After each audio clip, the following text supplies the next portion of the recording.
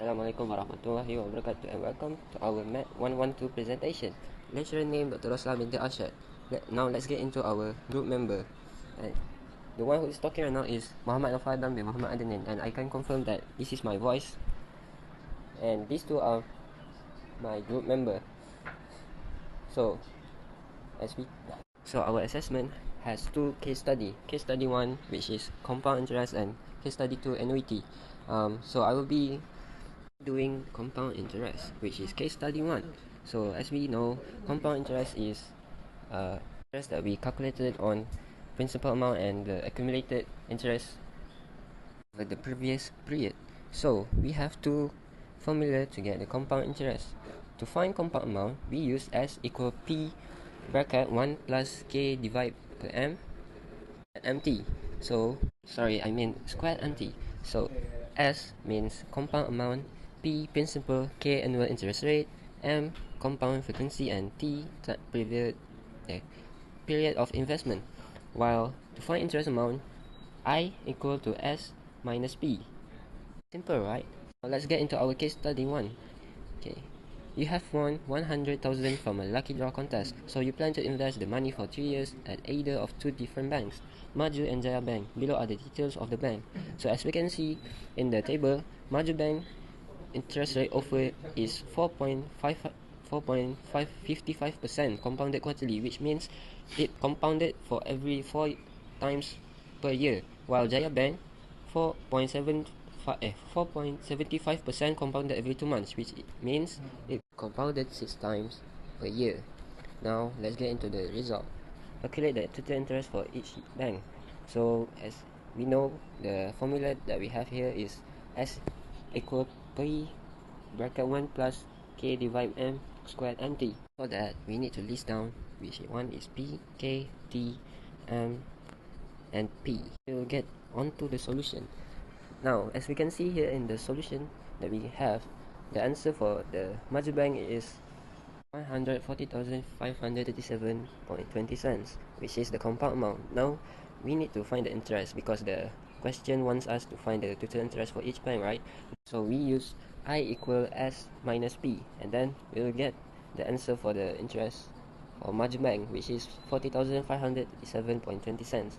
Same as Jaya Bank, we use the same formula, and we'll get the answer for each of it, which is for S 150,250.20 cents, and for the interest for the Jaya Bank 50,250.20 cents. Simple, isn't it? Now let's get on to the next question, which is question B. Which bank should you choose to invest in based on your answer in A? Justify your reason. So obviously I would choose to invest in Jaya Bank because the interest that the bank gave to us is better than Maju Bank. Of course, we want better interest so that we can achieve our financial goals more quickly. Now, let's move to our next member, which is Muhammad Kubat. I am Muhammad Kubat, and I will continue the presentation. Case study 1, question C. After 1 year and 7 months, the bank changed the rate to 5% compounded monthly. How much should you get at the end of those 3 years of investment? Calculate the total interest paid. So in here we use the methodology 1. That's S equals P in open bracket 1 plus K divided M close bracket power of MT. So the S1 we get 107,778 ringgit 95 cent. We replace P to S1 and we get 115,673 ringgit 15 cent. So after that we calculate the total interest. We use the methodology I equals S minus P, and we get the interest is 15,673 ringgit 15 cent. Now let's move into case study 2, annuity. In annuity we use 3 methodology. The first one is to find future value. The second one is to find loan. We are going to use present value, and the third one is to find interest. So the question is, Susanna is offered to study at a university for 4 years.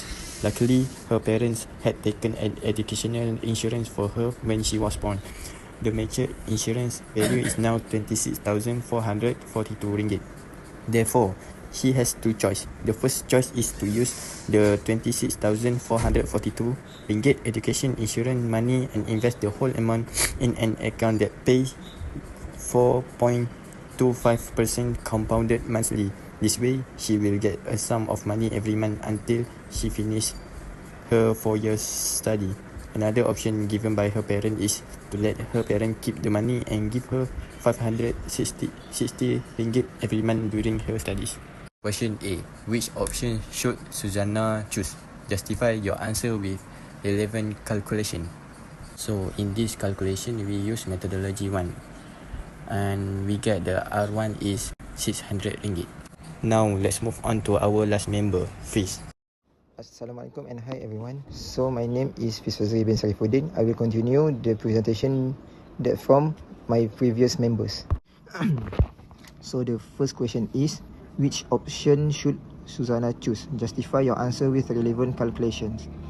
I think Susanna should choose option 1 because by using present value formula, we got 40 ringgit more than option 2, which is 516 ringgit. So here is the second question. At the end of her first semester, Susanna needs to buy a laptop. Her father bought for her a brand new laptop through an installment plan by making a down payment of 10% followed by 36 equal monthly payments. The laptop cost is 3,250 ringgit and the interest charge is 3.5% compounded monthly.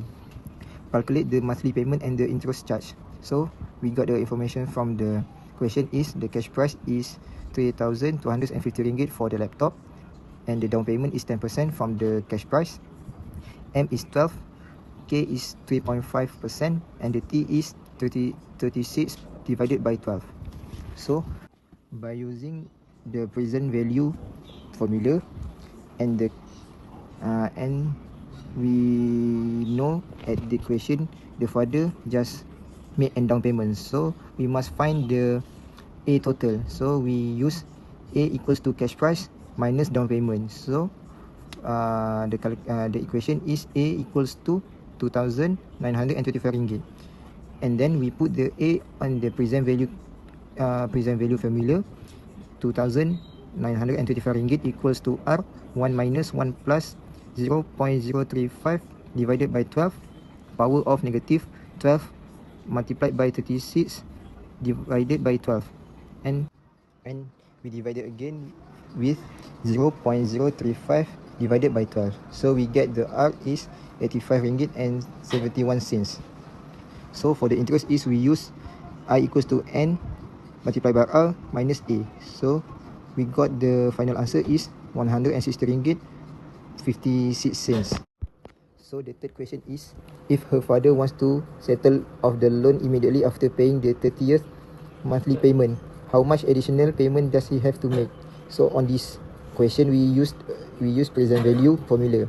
So we put A equals to 85 ringgit and 71 cents 1 minus 1 plus 0.035 divided by 12 power of negative 12 multiplied by 6 divided by 12 and we divide it again 0.035 divided by 12. So we got the final answer is 509 ringgit and 5 cents.